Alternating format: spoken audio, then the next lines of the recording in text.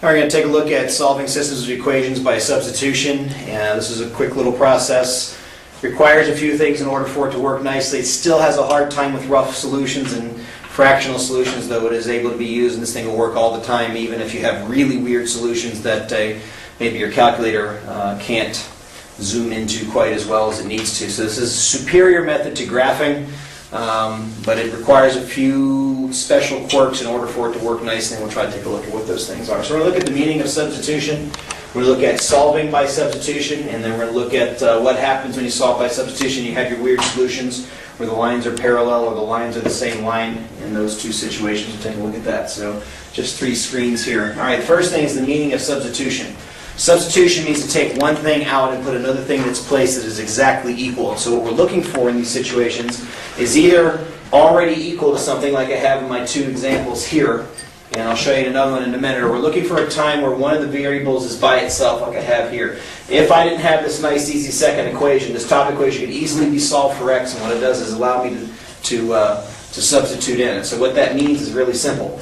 Every place I see an x, I can replace it with a y. Every place I see a y, I can replace it with an x. Ooh, look, there's an x and a y, so I can replace them, and that's what's going to go on. I'm going to take something out and put something else in its place. It's going to take me down to one variable. Once I'm down to one variable, I can solve for that variable. You already know how to do that. Once I have the first variable, I just plug back in, and the second variable is a piece of cake. And then, of course, I always check my answers. All right. So in this case, x is equal to y, so every place I see an x, I can replace it with a y. So this top equation becomes y plus 2y is equal to 9. Since x and y are the same thing, I can replace x with a y. That's what it means to substitute. Take something out, put something else in its place that's exactly like it. Y plus 2y is 3y is equal to 9. So y is 3. If y is 3, so is x, because x and y are the same thing, so x is also 3. So I think my solution is 3, 3. And then I check my answer. It obviously checks in the bottom one. 3 is equal to 3. In the top one, that would be 3 plus 2 times 3 is equal to 9. 3 plus 6 is 9. That's true. So this is the correct answer to that system of equations. All right. So easy enough. Let's look at a little bit tougher one here. Now I have a bigger expression. Y is equal to this big mess. But what that means is every place I see a y, I can take the y out and put that big mess in its place. As long as I follow order operations, it won't be a big deal. So take y out, put that in its place. Ooh, look, there's a y. So 3x plus 6 times the replacement for y will be equal to 15. Notice I just left a gap there. I copied my top equation, and I just left a gap where the pieces I'm going to substitute in is 6 times y. Well, y is really this mess. So negative 0.5x plus 2.5 goes into place of where y was. Then I distribute. In this case, 6 times negative 1/2 x is negative 3x. And 6 times 2.5 is going to be 12, is going to be 15. Ooh, I ended up with an unusual solution. I didn't even mean to. 3x and 3x cancel, so I'm left with 15 is equal to 15. So I didn't have to go to the next screen to see weird solutions. I've got one. These are the same line, and now that I recognize it, that's exactly what I did. This has a slope of negative 1/2. That would be negative 3 divided by 6, which would be negative 1/2. So these lines are either parallel or the same line. In this case, I know they're the same line. This is a true statement, which means these 2 equations are exactly the same. And so they have an infinite number of solutions. So in this case, I have infinite solutions.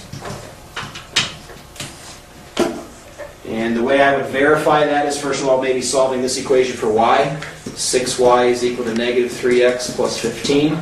Divide everything through by 6. Y is equal to negative 1/2 x plus 6 goes into 15 plus 3, 6, which is going to be a half. Now it looks a little bit different, but these 2 equations are identical, therefore I'm going to have infinite solutions. So that's how you do substitution.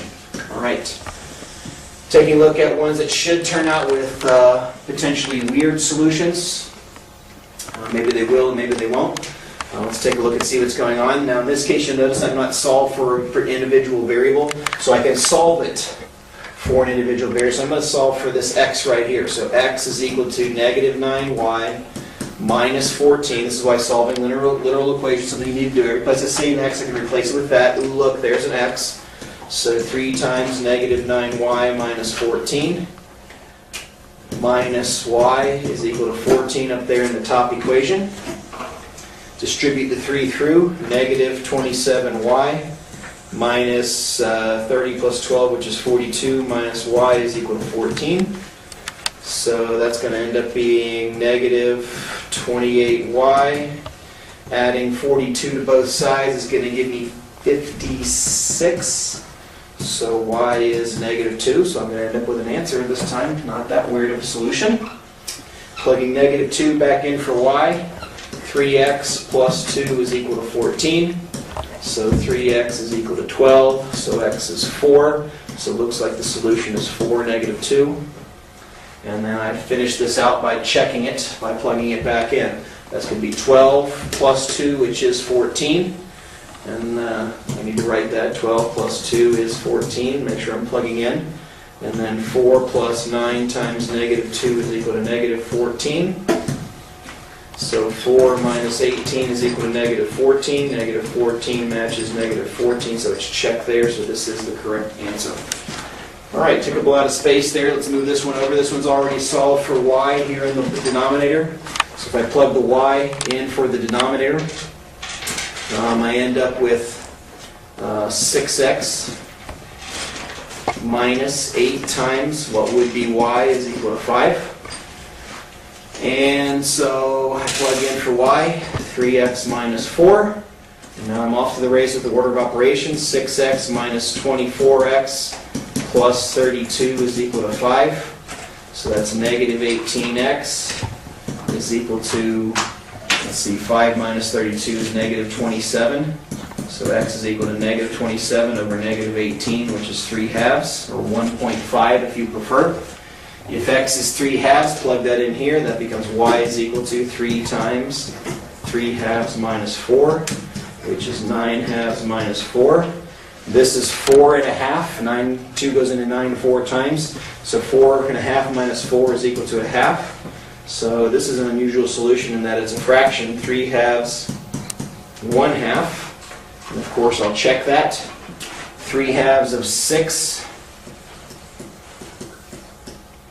minus 8 times 1 half is equal to 5. 2 goes into 6 3 times. 3 times 3 is 9. Half of 8 is 4, so 9 minus 4 is 5 is correct. And then 3 times my x value, which is going to be 9 halves minus 4, is supposed to be equal to 1 half. 1 half is equal to 1 half, and so that's true. All right, this wasn't my weird solution screen I just figured out. This is my weird solution screen. All right, and seeing what's going to be happening in the solutions here. The first thing I wanted to show you here is what if they're both solved for y? How do I deal with that? Well, it's the same thing. I'm still substituting. This thing is equal, it doesn't matter which one you use actually, but this one's equal to that. Ooh, look, there's a y. So I can take the y out and replace it with this value. So negative 2x minus 2 is equal to 3x plus 8. Or you can think of it this way. This equals y and y equals this, so these two must be equal, and that's exactly what I wrote there. As I move things around, this becomes negative 5x is equal to 10. So x is negative 2. If x is negative 2, then that's going to be 6 plus 8 is equal to y. So y is 14, so I have negative 2, 14. Let's see if that works in the bottom equation. Up here, that's going to be negative 6 plus 8.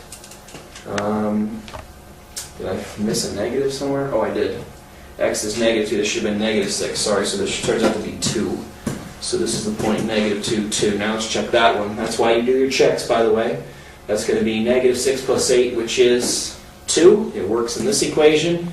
And here it's going to be 4 minus 2, which is 2. So it works in the bottom equation as well. So this is the correct answer. All right. Last one, we'll see if this one turns out to be weird or not. In this situation, I already have it solved for y, so I'm going to substitute back in. So this will be 2x plus 8 times what would be y is equal to 14. But y is equal to negative 0.25x plus 4.